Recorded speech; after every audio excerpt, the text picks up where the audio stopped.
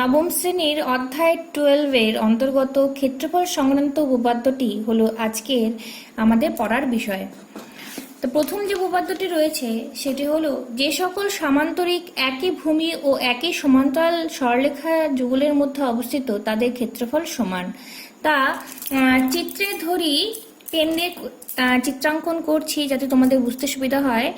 ধরি AB CD একটি সামান্তরিক এবং এবি ইএফ আরেকটি সামান্তরিক।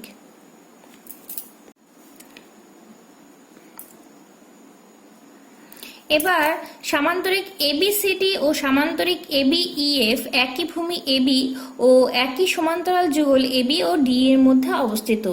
আমাকে প্রমাণ করতে হবে এবিসিডি সামান্তরিকের ক্ষেত্রফল এবিইএফ সামান্তরিকের ক্ষেত্রফলের সাথে সমান। অর্থাৎ কি প্রমাণ করতে হবে? এবিসিডি সামান্তরিকের ক্ষেত্রফল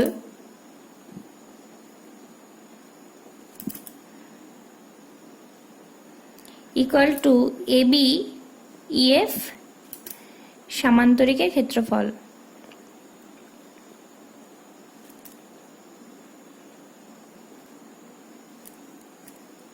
অর্থাৎ এবিসিডি সামান্তরিক আকারের ক্ষেত্র ইকুয়াল টু সামান্তরিক আকারের ক্ষেত্র এবি ইএফ। তো চলো প্রমাণে চলে যাই। প্রমাণ, যেহেতু এবিসিডি একটি সামান্তরিক তাই আমরা বলতে পারি এডি সমান্তরাল বিসি এবং ডি কি ভেদক। তাহলে এবিসিডি সামান্তরিক থেকে কি পাই? এডি সমান্তরাল বিসি এবং ডিই ভেদক। তাহলে এই অ্যাঙ্গেল এডিই বা এডিএফ ইকুয়াল টু অনুরূপ কোণ কি হবে? Angle BCE.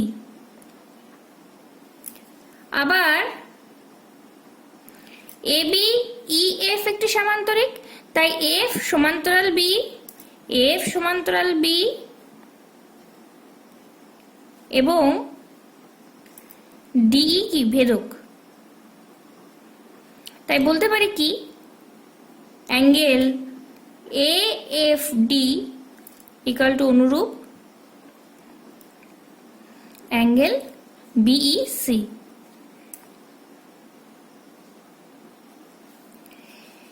এবারে যে ত্রিভুজ দুটো উৎপন্ন হয়েছে এই ত্রিভুজ দুটোর ক্ষেত্রে কি পাবো? ত্রিভুজ এডিএফ ও ত্রিভুজ বিইসি এর কি কি পেয়েছিলাম? Angle ADF equal to angle BCE, এখান থেকে পেয়েছিলাম, এটা আসলো। আবার যেহেতু এ বি সি ডি একটি সামান্তরিক তাই এডি ইকুয়াল টু বিসি বলতে পারি, এডি ইকুয়াল টু বিসি এবং এইখান থেকে আসবে angle A F D equal to angle BEC. এই কোণ দুটি সমান। তাহলে অ্যাঙ্গেল সাইড অ্যাঙ্গেল এই শর্তানুসারে এই ত্রিভুজ দুটো কি হয়ে যাবে? সর্বসম। তাহলে সুতরাং ত্রিভুজ এডিএফ সর্বসম ত্রিভুজ বিইসি। এবারে দেখো বড় একটা কি রয়েছে এখানে? চতুর্ভুজাকার ক্ষেত্র রয়েছে। তাহলে এই চতুর্ভুজাকার ক্ষেত্র থেকে যদি আমি এই ইন্ডিভিজুয়াল ত্রিভুজ দুটো বাদ দিয়ে দিই তাহলে কি দাঁড়াবে? যে চতুর্ভুজাকার ক্ষেত্র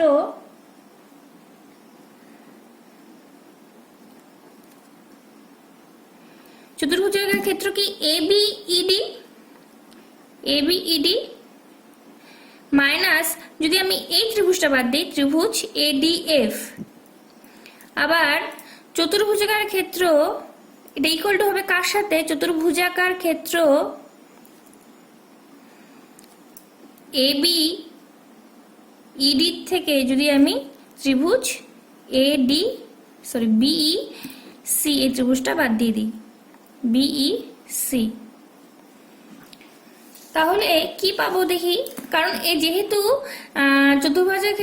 চতুর্ভুজাকার ক্ষেত্র এবিইডি থেকে এই ত্রিভুজ দুটো বাদ দেওয়ার ফলে এইখানটা আমি ইকুয়াল টু সাইন লিখলাম কেন, কারণ যেহেতু ত্রিভুজ এডিএফ সর্বসম ত্রিভুজ বিইসি, তাই আমরা এখানটা ইকুয়াল সাইনটা আমরা ইউজ করতে পারি।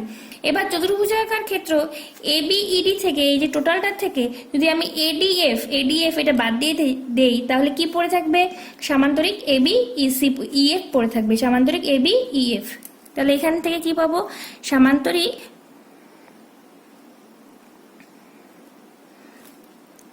এবি ইএফ এর কি ক্ষেত্রফল ইকুয়াল টু কি থাকবে, বা এখানে লিখতে পারি সামান্তরিক এবি ইএফ এর ক্ষেত্রফলের জায়গায় লিখতে পারি আমরা সামান্তরিক আকারের ক্ষেত্র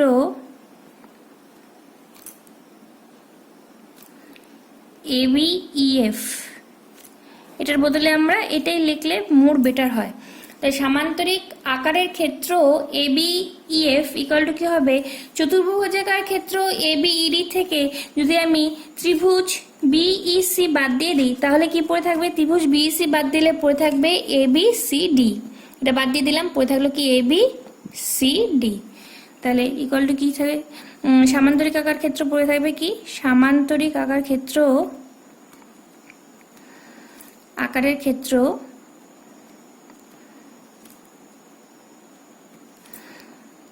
এবিসিডি। তাহলে আমাকে কিন্তু এটাই প্রমাণ করতে বলেছিল যে সামান্তরিক আকারের ক্ষেত্র এবিইএফ কার সাথে সমান হবে, সামান্তরিক আকারের ক্ষেত্র এবিসিডির সাথে সমান হবে। তাহলে আশা করি তোমরা এই উপপাদ্যটি বুঝতে পেরেছো। নেক্সট যে উপপাদ্য রয়েছে সেটি হলো, কোন ত্রিভুজ ও সামান্তরিক একই ভূমি ও একই সমান্তরাল যুগলের মধ্যে অবস্থিত হলে ত্রিভুজের ক্ষেত্রফল সামান্তরিক আকার ক্ষেত্রের ক্ষেত্রফলের অর্ধেক হবে।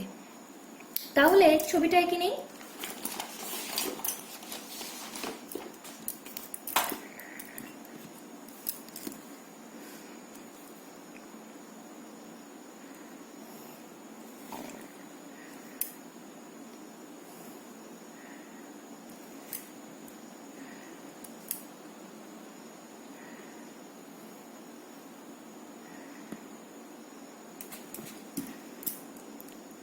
ত্রিভুজটা আঁকলাম, এবার কি আঁকবো, আমি সামান্তরিকটা এঁকে নেব।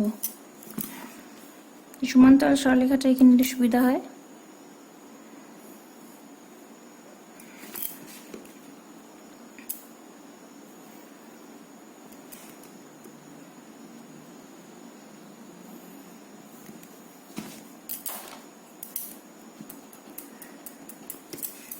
তাহলে ত্রিভুজ এবিসি ও সামান্তরিক এবি নাম দিয়ে দিই ডিই, একই ভূমি এবি ও একই সমান্তরাল যুগল এবিসিডি এর মধ্যে অবস্থিত। আমাকে দেখাতে হবে কি, সামান্তরিক আকার ক্ষেত্র থেকে এই ত্রিভুজাকার ক্ষেত্রের ক্ষেত্রফল কি হবে, অর্ধেক হবে। অর্থাৎ দেখাতে হবে ত্রিভুজাকার ক্ষেত্র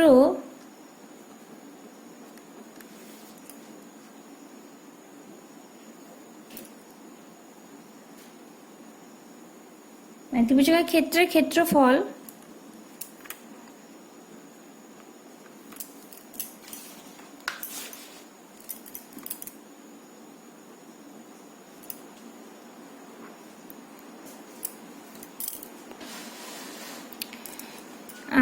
ABC equal to half of সামান্তরিক আকারের ক্ষেত্রের ক্ষেত্রফল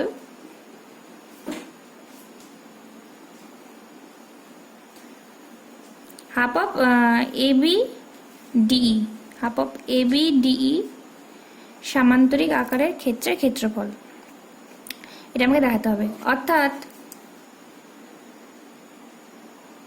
ত্রিভুজ ABC এর ক্ষেত্রফল, ত্রিভুজ ABC এর ক্ষেত্রফল ইকুয়াল টু হাফ অফ সামান্তরিক ABDE এর ক্ষেত্রফল।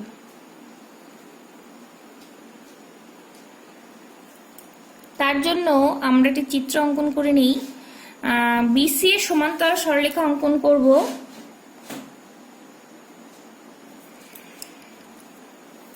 BC এর সমান্তরাল সরলরেখা অঙ্কন করি।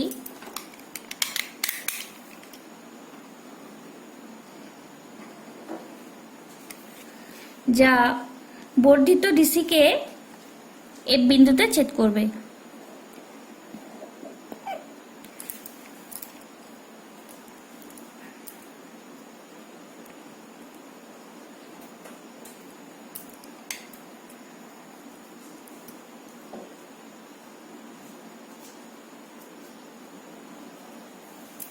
এখানে দাগের অংশটা চলে এসেছে, আশা করি তোমাদের বুঝতে অসুবিধা হবে না তাতে।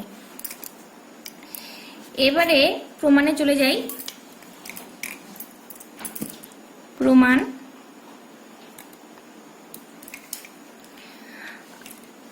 আমরা BC এর সমান্তরাল অঙ্কন করেছি AF, তাহলে BC সমান্তরাল AF এটা কি অঙ্কনানুসারে, আর প্রদত্ত কি AB সমান্তরাল CD, এটা প্রদত্ত দেওয়াই আছে AB সমান্তরাল CD।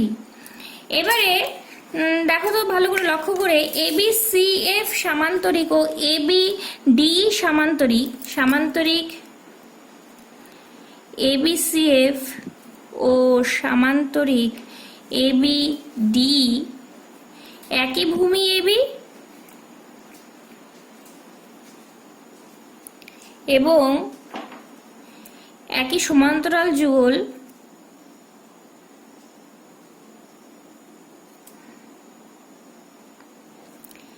AB ও DF এর মধ্যে অবস্থিত।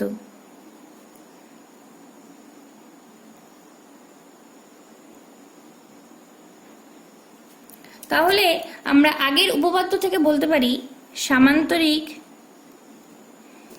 ABCF এর ক্ষেত্রফল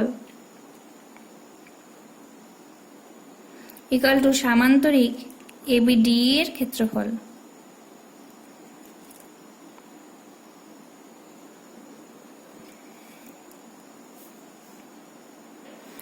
এবারে ABCF এই সামান্তরিকের AC কি কর্ণ, তাহলে যেহেতু AC কর্ণ তাই আমরা কি লিখতে পারি, ত্রিভুজ ACB equal to half of সামান্তরিক ABCF। আবার সামান্তরিক ABCF এর জায়গায় আমরা কনভার্ট করে দিতে পারি সামান্তরিক ABDE দিয়ে, তাহলে হাফ অফ সামান্তরিক ABDE। তাহলে আমরা আলটিমেটলি কিসে উপনীত হলাম, ত্রিভুজাকার ক্ষেত্র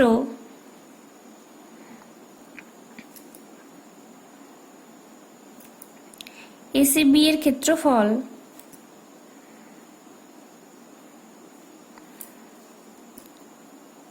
ইকুয়াল টু হাফ অফ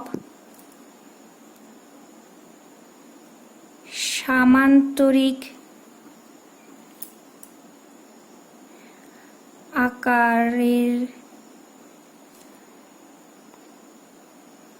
ক্ষেত্রের হাফ অফ ABDE সামান্তরিক আকারের ক্ষেত্রের ক্ষেত্রফলের সমান। তাহলে আশা করি তোমরা এই উপপাদ্যটি বুঝতে পেরেছো। ভিডিওটি ভালো লাগলে অবশ্যই লাইক করো, শেয়ার করো এবং আমার চ্যানেলটিকে সাবস্ক্রাইব করতে ভুলবে না। নমস্কার।